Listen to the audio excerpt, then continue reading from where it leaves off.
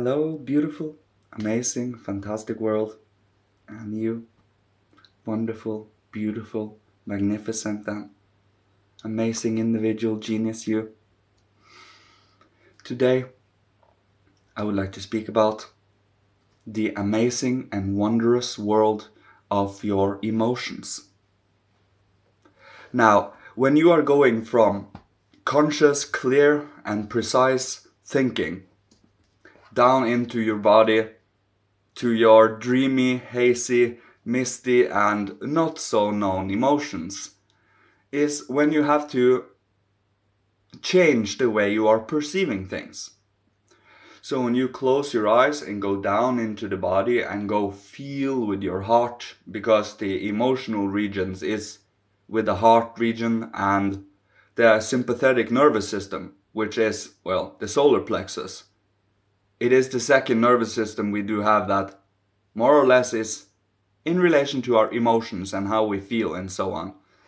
It is related to our glandular system more so than it is to movements directly and to our thinking faculties. They are a little different, you see. And sensations and sensing within your emotions and then bringing pictures to it through your thinking is easier said than done, because it requires us to be focused, have an intent, have a certain stability and strength. So when we sit within our emotions, and they can become quite rowdy, you know. If you know your own emotions, you are fully aware of this, unless you of course are an unfeeling being. And I don't believe that, because through my own life experiences, I have gotten to understand that it is impossible to be unfeeling in this world, unless you dabble in black magic. Because when you are doing that, you are killing, you're literally killing and destroying those abilities to feel. And that is why I stay far away from such things. But with true devotional prayer works, white magic, that means you work towards good for every individual and all, is when you are grabbing and are cooperating and are creating with your emotions and with higher beings. These higher beings are interacting with us in our emotions. And when we are stable, steady, and morally inclined and anchored within our practices, they are surrounding us in a radiant, beautiful dance around us, and constantly work on our aura and our etheric and our astral with us, spiritualizing, lifting up, giving creativity and inspiration, allowing our emotions to stabilize and to allow us to have our ego within our emotions, so we can... There is a myth, I don't remember if it is the Freemason myth, where Hiram Abiff was to create and build Solomon's temple, and he was to create a molten sea which was in a rigid state of in between liquid and hardened, in a sense. And two of Solomon's disciples tried to sabotage Hiram, and there was an angel, I think, that said, don't be afraid to throw yourself into the molten sea to quench it. And I was caught by that, because in my own feelings of that means, when you are feeling deathly afraid or angry or sad or anything that might occur within your own inner emotional being, when you, your ego, your I am, goes and throws yourself within your emotions and sit with them and feel them and be aware with them, not giving them connotation or reasonings or definitions or anything that might extend the whole duration of these things, or might put the delusions or illusions on them, but just feel them, living, and by doing, you quench and clear and stabilize that molten sea. I am not fully sure if that is the purpose of the myth, to feel, but it is a certain stability, you see, a certain steadiness. And despite having your heart race or pump a little extra, being nervous of something, you still are here, not trying to sit within your being, not be fidgety, not wish to go away, not wish to be distracted, but through your breathing, through your own thinking faculties and through your consciousness, you become a master of your own body and being. Instead of you being dragged along with your body, with every passion, with every impulse, with every instinct, with every longing, and you instead let your body be your movement instrument, your ears be your hearing, your eyes be your seeing, so that you can experience and, well, study and observe the outer world, and also express our inner world outwards, so that we can help uplift the world around us. So in the feeling world, when we are always connected here, you are staying grounded, because the feeling world is in a combination or a meeting place from the heavenly, that means our thought worlds, and the earthly, the will, which comes surging from below upwards. And our emotions are a meeting of these two. That means when we work on our thinking, it affects our emotions. And when we do an action, it affects our emotions. They are connected that way. And by us actively using our thinking, being conscious within our own inner being, quenching and mastering and purifying our own inner being, allows us to become more stable, strong, and have a foundation in your temple. What also helps, I was just having that thought, or just a little earlier, to adorn your temple too. To, well, having beautiful clothes, not what others deem beautiful, but what you yourself, ooh, that one is cool, I would like that one. Because when you are clothing yourself, it ended up in fashion here for a moment, but I am actually very much active with it in a sense. When you clothe yourself and you feel beautiful because you have chosen clothes for yourself, because you wish to impress the higher powers, you know, and having them nod in silent approval. So that is at least what I do. It is that feeling of, I constantly try to please higher powers. That is the feeling I have. It is a constant, you know, begging of the spirit. Because every single little experience of the spiritual is a grace, is something amazing. So taking it for granted and not grabbing a hold onto it really is, it really is a shame. It should really not be taken for granted. It really should be cultivated. It should be, as I say. We do not force anything, but seriously think about it. You have some amazing latent potential, but we do nothing about it. That I think is an insult to what you have been given. I'm not trying to be mean or anything. Seriously, that is not my intent. But I seriously wish for people to understand that when they have some amazing latent potential abilities and potential growth in life, I become really, really bogged down and hardened and heavy in my heart when I see someone not doing anything about it. I know so many people with potential. Many of them are active and you can see their steady growth. And then you have those that do nothing about anything. Nothing wrong with that, mind you, except that if we see the whole of mankind as moving forward, and then there is spots on the whole planet of the earth that is standing completely still, it is affecting the whole that is moving forward, you see.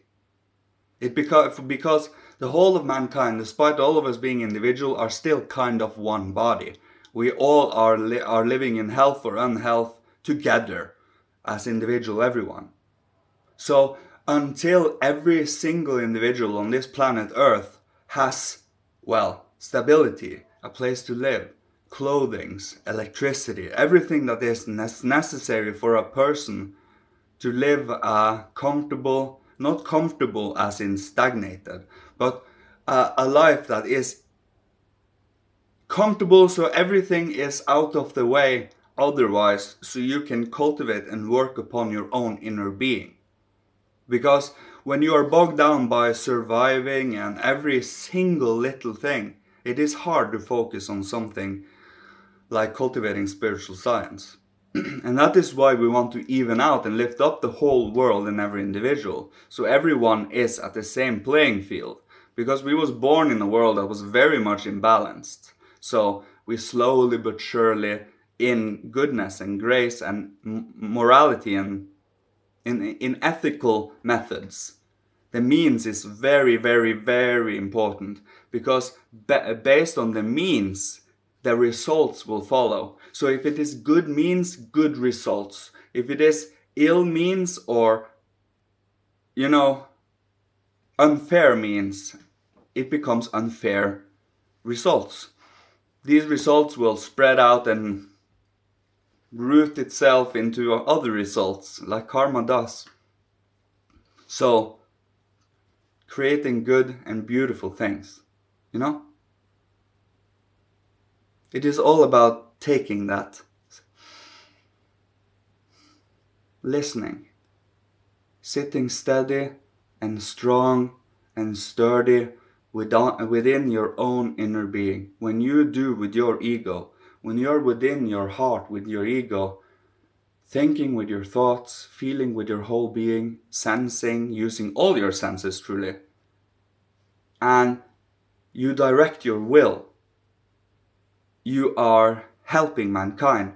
But it has to be, loving, nurturing, but also with a certain discipline and strength. It has to be through understanding. It has to be assimilated, worked upon, become a part of your life in practical and in feeling and in understanding terms. You see, you cannot just read a sentence and, ooh, that was very smart, and then you remember that sentence and you quote it later. That is not what I mean. I mean, when you have read through a lecture or listened through something that truly has shaped and changed your being for a moment, then you go away from it for a moment, then you work upon it, assimilate it, and all of a sudden it becomes part of your everyday life. It is something you kind of think about every day. It has just become part of your being. Your ego, your I, grows. It becomes more and more rich, deeper, can see broader perspectives and higher perspectives, and also deeper perspectives. Through the most painful of situations, to the saddest and the heaviest and the coldest of moments too.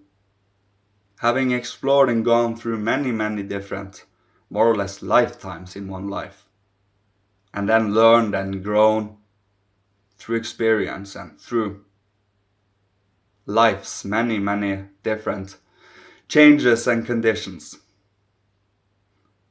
So, in your feeling world, you anchor and become part of this.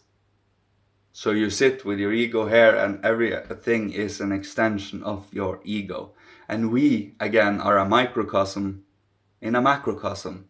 So we are built up by the zodiac and the planets, and they are affecting and are part of all of this beautiful creation and the development we're in. And we are guided by higher beings. And it is all about if we are willing to listen and to follow along on their promptings, because we are not forced. We are fully capable and fully in freedom to go around and hurt others. That is the thing. That not without consequences or results, mind you. You will have to take whatever happens thereafter, you see. But we have been given that to err away from goodness and morality. Stick to the goodness and morality, seriously. Because you would much rather, having been slapped in the face, and then thought to yourself, yeah, it was me slapping myself in the face, karma, and not do more damage by slapping back. For example, it is just an example, but that is just the practice. Turn the other cheek. It is about not creating more karma. It is kind of like when you throw a rock down a well or in a pond, you see the movements, the rings that came out of that impact. That happens too with everything we do. Everything.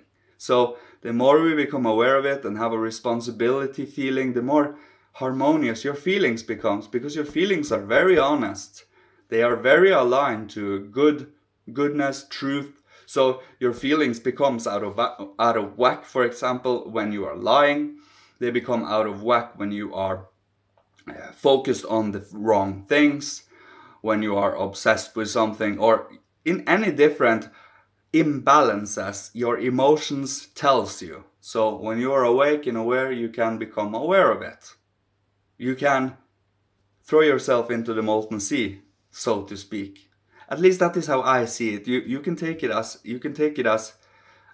you want, and that is the beauty of spiritual symbols, really. It is about taking what truly is necessary and master, grow, strengthen.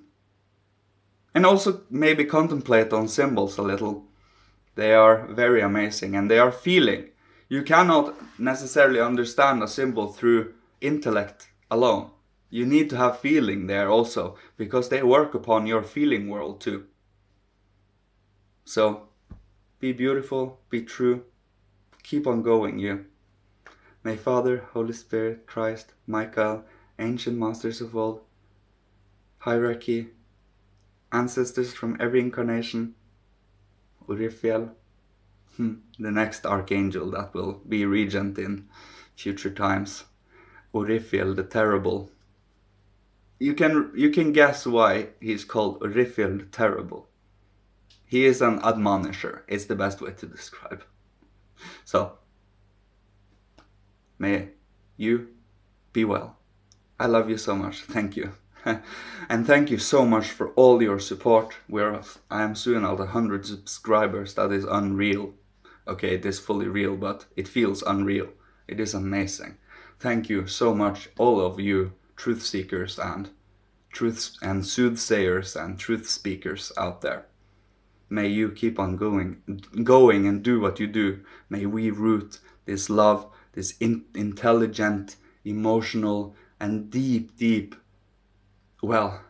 devotion for mankind to take hold on this planet, so it can become a steady monument, a steady living force on this planet. So anyone that wishes to can connect to it and more or less immediately become acquainted with it if they are inclined and if they are in freedom and in choice to do so. That is what we work towards. It is not for us alone. It is for every individual that wishes to connect to something greater, something good, something beautiful. And that's what we will leave you with. Love you all. Goodbye.